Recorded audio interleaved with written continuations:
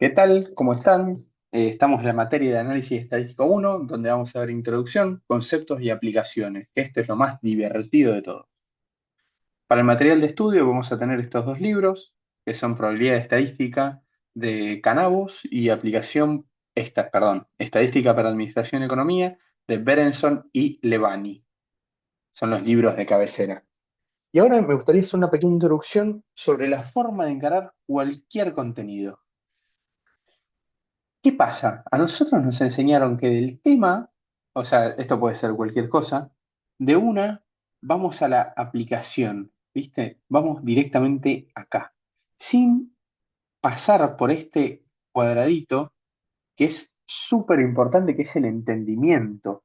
Entender por qué hago las cosas, cuándo tengo que hacer las cosas, cómo se tienen que hacer las cosas. Este cuadrado es el que nos permite ahorrar tiempo y energía en el estudio, en el trabajo, en cualquier lado. Porque les voy a poner un ejemplo. A nosotros nos enseñan a derivar, ¿no? F de X. Y acá en F de X, uno de una deriva, ¿viste? De uno va acá y entonces dice, no, por la regla de la cadena. No, no, para. ¿Qué te estás pidiendo el ejercicio? ¿Es necesario derivar? ¿Por qué tengo que derivar acá? ¿Qué es este proceso de entendimiento? No siempre uno tiene que derivar en un ejercicio. Pero como sabemos hacerlo, lo tenemos que hacer. No, no funciona así.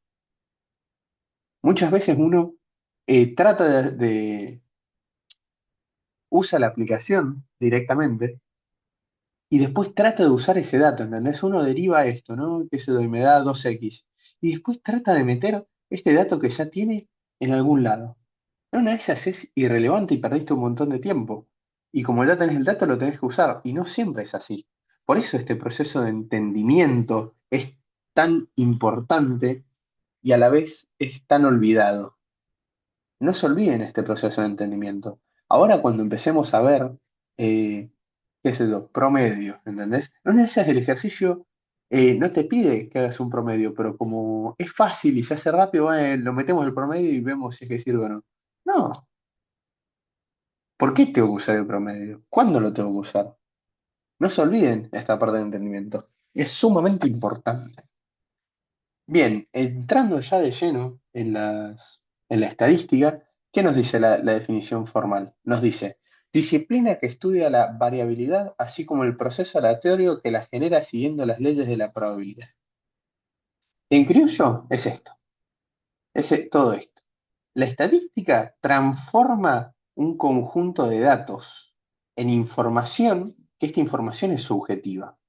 Es subjetiva porque puede ser valiosa para uno y para otro no, ¿entendés? Para uno sí, para el otro no. Entonces, vos tenés un volumen de datos que tiene que ser lo suficientemente grande, tiene que ser una población de datos, un conjunto lo suficientemente grande de datos, que estos datos lo que hace la estadística es transformarlo en información. Y este es lo que a nosotros nos interesa, porque esto puede ser valioso o puede ser irrelevante, pero es subjetiva, pero ya es información, ya no es un conjunto de datos gigante sin masticar. La estadística te transforma ese conjunto de datos inmasticable en información que te es valiosa. Puede ser valiosa para vos y pobre para otra persona, pero no deja de ser información. De la estadística salen tres grandes ramas: la descriptiva, la probabilística y la inferencia. La descriptiva es la rama de la estadística que se encarga de organizar, analizar, resumir y presentar datos numéricos. Y acá tenemos un ejemplo clásico que se ve siempre, que es el rendimiento de una acción. Acá pusimos el ticker de Apple. Entonces, ¿qué vemos? Rendimiento hasta la fecha y vimos que estuvo perdiendo en porcentaje. Esto es importante. En porcentaje estuvo perdiendo. ¿Y cómo se hace? Se toma una referencia de una fecha, pasa X tiempo y vemos cómo le fue. Subió de precio, bajó de precio, se mantuvo.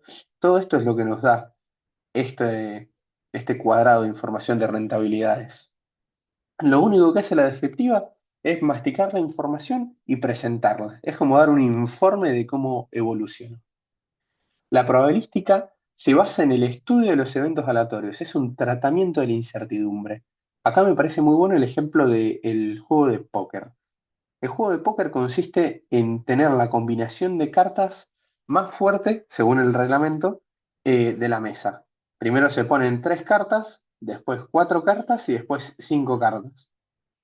Entonces, ya teniendo estas tres cartas, nosotros sabemos que la mejor combinación de cartas posibles es tener dos k. O sea, en la, las dos cartas que nos repartieron, tener una pareja de K que con esta se hace un trío. Que es de las mejores combinaciones que te pueden tocar al principio. Nosotros somos este jugador. Pero ahora, por ejemplo, este en una de esas tiene 7-7, que es también una muy buena combinación de cartas. Pero él tiene que ver qué tan probable es que vos tengas esta combinación de cartas de un trío de Cas. Porque en una de esas es imposible, es muy difícil o lo que sea. Pero todo depende, por ejemplo, acá de cómo apuestes. O sea, esto ya es estrategia de juego, pero hay que ver qué tan probable es que vos tengas ese conjunto de cartas, porque en este conjunto, en estos tres cartas que hay acá, es la única que le gana a las cartas que tengo yo. Entonces tengo que ver qué tan probable es que pase eso, que vos tengas una mejor carta que la mía. Es un tratamiento de la incertidumbre. Y por último, vamos a la inferencial. Permite sacar conclusiones sobre una población basándose en una muestra, que esto lo vamos a ver en la diapositiva siguiente. En lugar de analizar a toda la población, lo que puede ser costoso e imposible muchas veces, sobre todo costoso, se estudia una parte de ellas y con técnicas matemáticas se hacen predicciones o generalizaciones. Y de ejemplo ponemos la altura promedio de un colegio. Si ustedes piensan en su colegio, no sé, en el mío, éramos más o menos 300 personas. Imagínate que a vos te dicen tenés que sacar la altura promedio del colegio de 300 personas. ¿Qué vas a hacer? O sea, te tenés que ir hasta allá primero.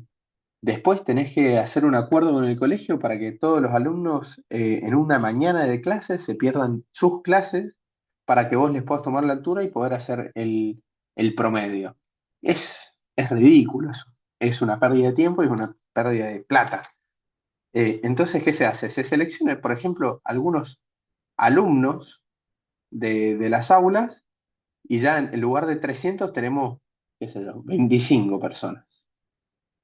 Y de estas 25 sí le tomo la altura y me da X altura me da. Entonces pasé de 300 a 25 y de 25 ya tengo un promedio, que es un promedio general, obviamente, no saqué de las 300 personas, pero ya es una aproximación de qué altura tendrán estas 300 personas. Entonces, ¿cómo analizamos los datos? Que esto es lo interesante. Tenemos una población que a su vez su población es un conjunto lo suficientemente grande de datos. Tiene que ser un buen volumen de datos. De esta población se saca una muestra, un pequeño porcentaje de los datos para analizar. En el caso anterior eran 300 alumnos, que esta sería la población, y de la muestra tomamos 25. Y esto nos da un resultado.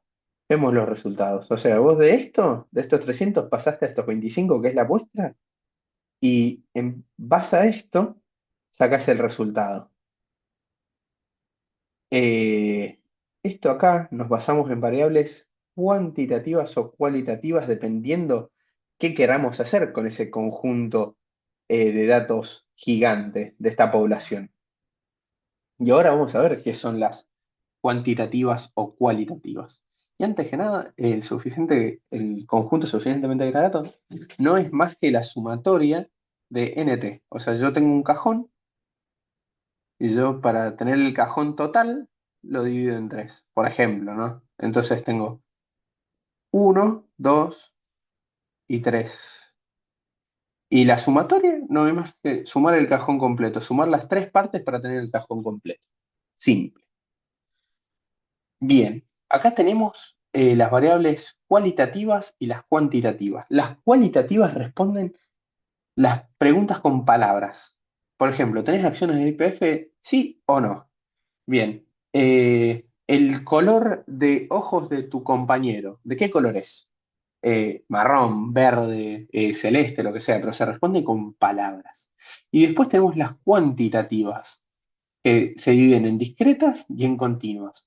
Las discretas son numerables, ¿viste? Como que pertenecen a los números naturales, a los números naturales. Que el ejemplo más típico son personas, animales, etcétera. O sea, entonces, eh, qué sé yo, ¿cuántos hijos tenés? Es cuantitativa, porque responden a la pregunta de cuántos, eh, pero no tenés 1,5 hijos. Tenés uno, 2, 3, 4, 5, lo que sea. Pero siempre de los enteros, esto. Y después tenés las continuas, que son números infinitésimos. O sea, son números que vos podés tener de acá y muchos números después en la coma. Entonces, un ejemplo es la temperatura exacta de una habitación medida en un laboratorio. Y un laboratorio vos suponés que tiene un montón de herramientas y formas de poder medir la temperatura. Entonces, depende con qué los hagas, es la temperatura que te va a ir dando. Entonces, tenés 25,3. Después usás otra herramienta y te da 25,34, que ya es más preciso. Y después usás una mejor todavía y te da 25 grados con 347. Y podés seguir así infinitamente, pero ya son números que dan una forma más exacta. Esto es lo mismo que antes. Tuki. Y vamos acá a variables. Ya una vez que las variables, que es parte de la muestra, o sea, de n minúscula, las tenemos en agrupada y desagrupada. ¿Qué son los datos o las variables agrupadas y desagrupadas? Los datos, las variables agrupadas son las que gano en presentación y pierdo en precisión, ¿viste? Entonces vos tenés un conjunto de datos gigante y es como dar un informe, ¿viste? A vos te sirve el informe que sea resumido, que tenga promedios, que tenga todo bonito, eh, pero tiene una desventaja, no me permite ver los componentes individuales, o sea, el valor subyacente que tiene esos datos. Y la ventaja es que es más fácil y bonito ver los datos ordenados en una plantilla, ¿entendés? Entonces vos tenés un Excel y en el Excel ves un montón de promedios, un montón de datos y eh, podés tomar una decisión en base y que refleje eso. Pero en una de esas hay qué sé yo, vamos a poner el ejemplo del rendimiento de algunas acciones. Y a vos te da un promedio y es un 12%, qué sé yo. Pero después te pensás a ver dentro de ese promedio y te vas a dar cuenta que hay una acción que rinde mucho más que otra, que rinde, qué sé yo, tiene el 8% del rendimiento total de esa acción. Entonces, te conviene en lugar de invertir en todo el conjunto de acciones, invertir solo en esa acción, que ya está dando un buen rendimiento y es más valioso. Entonces es más bonito, pero te impide ver los componentes individuales, el valor subyacente. Y el dato agrupado, tengo información más profunda de la variable, pero pierdo en presentación, ¿entendés? Vos no querés una lista de 1 millón de acciones con el rendimiento, con una descripción, con porcentaje, con el DITA, lo que sea. O sea, si vos tenés que tomar una información, primero necesitas un filtro de esa información, que sería el agrupado, ¿entendés? Es más sencillo trabajar con información agrupada que desagrupada, porque manejás otro conjunto de datos. Bien, la estadística descriptiva ya la habíamos respondido antes, que es y acá se divide la estadística descriptiva en tendencia central, dispersión, forma y concentración. De tendencia central vamos a ver estas: media, modo o moda, mediana, y dentro de la media se divide en estos cinco. Acá va. Y vamos a ir viendo qué es cada uno. Acá tenemos la media aritmética. La media aritmética es básicamente sacar un promedio. Como ustedes sacaban el promedio en la secundaria, que les decían, bueno, me saqué en el primer examen un 7, en el segundo un 8, en el tercero un 10. Entonces vos sumabas todas esas notas, acá todas esas notas y las dividías sobre la cantidad de notas que era y acá te daba el promedio. Y con eso era la nota que eh, te cerraban la materia. Acá funciona exactamente igual. Sumamos todos los datos y le dividimos la cantidad de datos. Y así se representa el promedio. Es la variable con una línea encima. Pin. Entonces acá tenemos, X es el retorno de Bitcoin que tomó y tomó los últimos 3 días. ¿Viste? Y acá tenemos el retorno de DAI, otra criptomoneda, y tomo los 3 días, los últimos 3 días.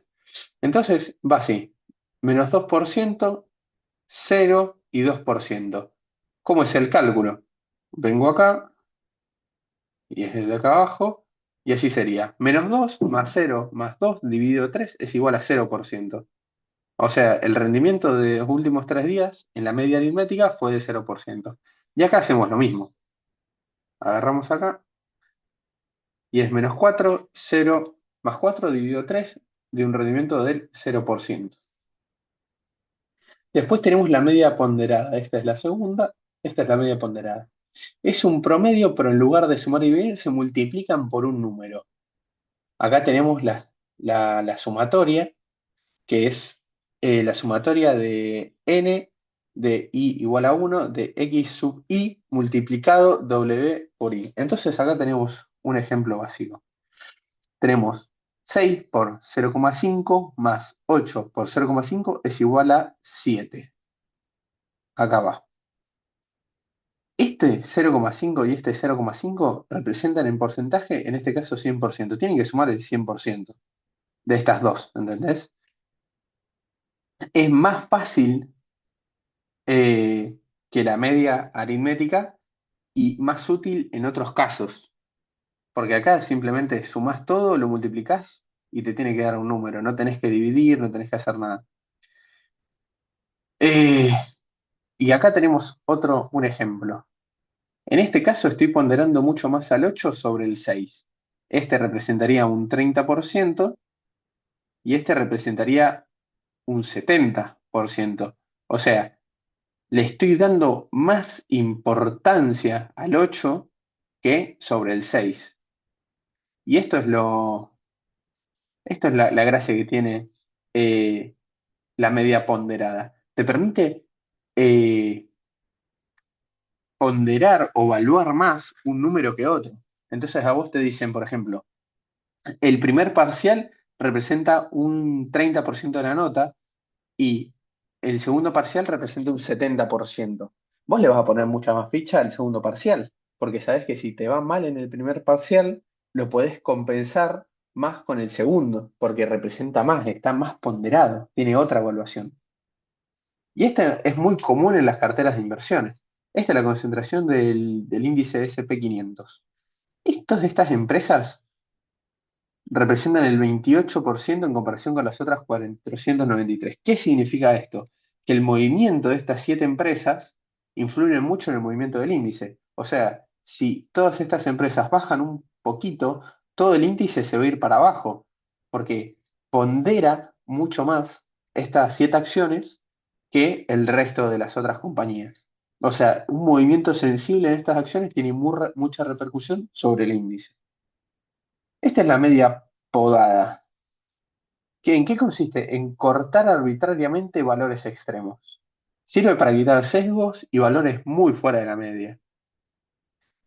Es muy útil esta, pero peligrosa, porque por ejemplo, me piden sacar la inflación del 2022 de LATAM. Entonces acá tengo todos los datos, ¿viste? Tengo acá Venezuela, Argentina, Bolivia, Brasil.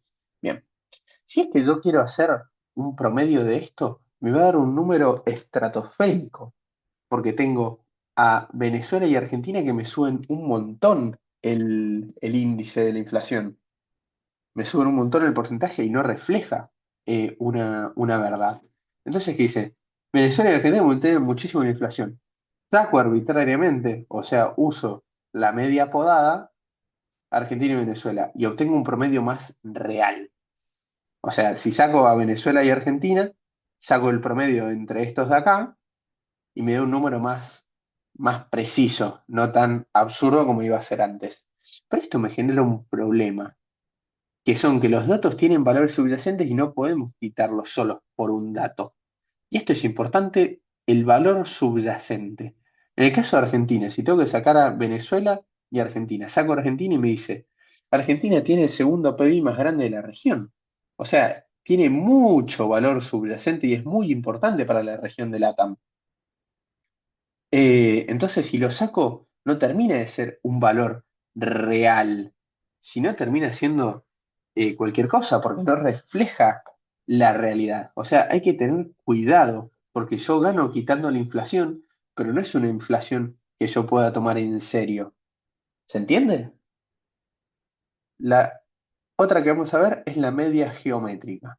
Es una multiplicadora en lugar de una sumadora. ¿Qué me quiero decir con esto? Que este simbolito de acá, que parece un pi, es distinto a la m acostada que hacíamos en la sumatoria. Entonces es i igual a 1 de n de x sub i de 1 a dividido n. Y esto es muy útil. Mientras más grande el número, más se acerca al cero. O sea, este número, mientras más grande es, más se aproxima acá, a este resultado de acá. Achata los valores extremos, valorando más los valores cercanos al cero. Entonces acá tenemos un gráfico que es la tasa de bonos de Estados Unidos a los 10 años y eh, y la tasa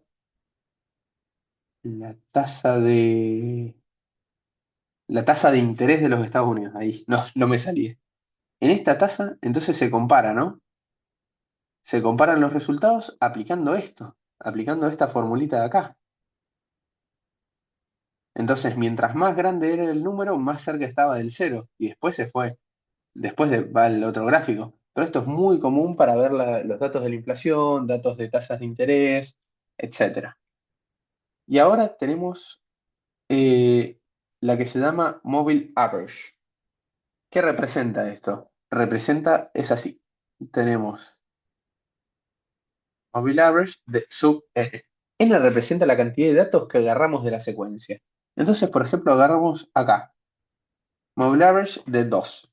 Entonces, yo agarro esto que puede ser el rendimiento de una acción, por ejemplo. Entonces voy agarrando de 2 días y hago un promedio de eso. Entonces hago menos 2 más 0 dividido 2 y me da menos 1. Y después agarro 0 más 2 dividido 2. ¿Vieron? Se hace dividido 2 porque estoy agarrando estos dos datos y después estos dos datos. Y me queda menos 1 y 1. Esto vamos a hacer el retorno de al 30, que es un bono de Argentina, y entonces hacemos lo mismo. Acá puede ser cualquier dato, podemos agarrar 3, 5, según la secuencia y lo que nosotros precisemos. Entonces, agarramos menos 2 más 0 dividido 2, menos 1. 0 más 2 dividido 2, 1. 2 más 3 dividido 2, 2,5. Entonces se va haciendo una línea, ¿viste? Entonces, acá empieza así, por ejemplo. Entonces, ¿qué nos indica esto? Esto nos indica una tendencia. Acá captura una tendencia. Entonces vos tenés todos estos así, ¿no? Que puede ser la cotización. Un día está a 10, otro día baja a 8,5, sube a 10, hubo una mala noticia, bajó a 7, subió un poco porque se trató de equilibrar y va así. ¿Qué hace la media móvil? Elimina todos estos saltos así y hace una tendencia, en este caso decreciente. ¿Qué indica esto? Nos indica cómo está el comportamiento general de un gráfico, de una cotización, etcétera. O sea, en lugar de estar analizando todos los picos, nos hace un promedio que nos permite seguir una tendencia. Bien. Y ahora pasamos al modo o moda. ¿Se acuerdan que ya teníamos acá, terminamos con esto, la media aritmética ponderada, y ahora pasamos al modo o moda que sigue siendo de tendencia central? Es el número que más se repite en un conjunto de datos. De una lista que nosotros podemos tener de datos, las tenemos que ordenar de menor a mayor y sacamos el número que más se repite. Entonces acá tenemos una lista de números que es 2, 3, 3, 4, 5, 6, 7, 8. Agarro y digo, me preguntan, ¿cuál es la moda? La moda es 3. ¿Por qué es 3? Porque es el número que más se repite en esta secuencia de datos. Ahí va. Entonces yo le pregunto, para ustedes, ¿cuál es la moda de esta secuencia de datos? 1, 2, 3, 4, 5, 6, 7 y 8. No la hay, no hay ningún número que esté repetido en esta secuencia de números. Entonces, dentro de las clasificaciones de moda tenemos tres. Dos modas, bimodal. tres modas, infinitas modas. Esto es una tendencia. Si todos tienen la misma moda, no hay moda. Que fue el caso de este de acá. Como todos tienen la misma moda, todos se repiten una vez, no hay moda. Fin. Si hay dos modas, entonces, por ejemplo, en este de acá, agarro y digo, tengo uno, uno, dos, dos. Esto es bimodal, porque tengo dos modas. Los dos valores se repiten dos veces. Y tres modas es infinitas modas, porque ya se considera así. Ahora vamos con la mediana. Número que esté en el medio en una secuencia ordenada de menor a mayor. Entonces yo tengo la secuencia de datos y es el número que está en el medio. Fin. Y acá, por ejemplo, tenemos la fórmula, que es n más 1 dividido 2. Nosotros tenemos acá el conjunto de datos, que sería uno, 2, 3, 4, etcétera. Nosotros sumamos esto, y qué sé yo, te da 4 de 4 datos. Este 4 de acá, nosotros lo metemos en la fórmula. Entonces nos queda 4 más 1 dividido 2. Esto sería 5, que da 2,5. ¿Viste? Bam.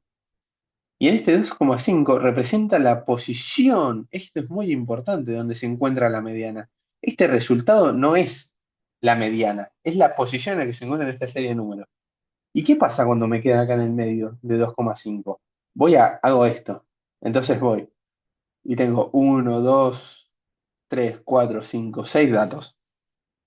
De estos 6 datos quiero saber la mediana. Agarro los dos del medio, habiendo aplicado esta formulita, y me da acá 4 más 6 dividido 2 es igual a 5. O sea, está acá en el medio este resultado, que va a pasar un montón, que nos dan un número con coma, y tenemos que volver a aplicarlo acá. Ya terminamos con los de tendencia central, así que ahora vamos a ir con los dispersión, que son la variancia, el desvío y el coeficiente de dispersión. De dispersión tenemos la varianza. En finanzas es el riesgo. Es qué tan arriesgado es hacer X movimiento. Muestra la distancia del promedio. Entonces, esta es la fórmula que parece súper intimidante, porque vos ves esto y decís, wow, pero ¿qué son todos estos datos? Lo tenemos acá. Esta es la sumatoria de i igual a 1 de la muestra. ¿Viste? Nosotros tenemos un dato acá, y esta clasificación, la suma, es el dato que ponemos acá. Datos del muestral o la variable. Entonces, nosotros tenemos acá los otros datos. Entonces yo, por ejemplo, tengo acá en la posición 1, tengo el dato 3. Entonces acá va 3. Uy, se me escapó ahí. Y este simbolito es el que yo les había dicho que era el promedio o la media aritmética. Media aritmética. Y este es el tamaño del muestral o la cantidad de datos, que es el mismo número. Estos dos son iguales. Entonces, volvemos para atrás y aplicamos. Siendo x1, x2 y x sub n, es un conjunto de datos y x la media, que es lo que explicamos recién. Entonces acá yo, por ejemplo, tenemos estos dos. Tenemos esto, que es del Banco Galicia, y EDN, que es una criptomoneda. Entonces yo agarro acá y simplemente aplico la fórmula. Entonces me queda menos 2 menos 0. Agarro esto de acá y esto, que es el promedio, el que habíamos sacado antes. El que habíamos sacado acá. ¿Se acuerdan cómo habíamos sacado la media aritmética? Que sumábamos todo, dividíamos y nos daba un porcentaje. Bueno, acá hacemos lo mismo. Y nos queda menos 0. Acá 0. Pa. Y este 3 es el tamaño del muestral. O sea, acá yo tengo tres datos. Tengo 1, 2 y 3. Y acá nos da de resultado 4. Y después acá, haciendo lo mismo con la criptomoneda, nos da 16. Este 16 nos indica que invertir en esta criptomoneda es más riesgoso que invertir en Galicia. Pero ojo, porque en una de esas no nos podemos dejar llevar solo por este dato, porque es una formulita, si no, todo sería maravilloso y fácil, pero no lo es. Esto es un- una información que nos puede llegar a ser útil. Ah, bien, ahora tenemos el desvío estándar. La fórmula, ¿se acuerdan que lo que estábamos haciendo antes era al cuadrado? Era esta S al cuadrado de dispersión. Acá nosotros aplicamos una raíz para sacarle ese cuadrado. O es lo mismo que elevar esa S a la 1/2. ¿Y qué nos muestra esto? El desvío estándar nos muestra la volatilidad que hay. Es el promedio desviado para arriba y para abajo. Y acá tenemos un ejemplo clarísimo. Acá tenemos el promedio, que es esta línea acá del medio, y después tenemos una desviación para arriba y para abajo. El promedio es esta línea de acá. Pa, pa, pa, pa, pa.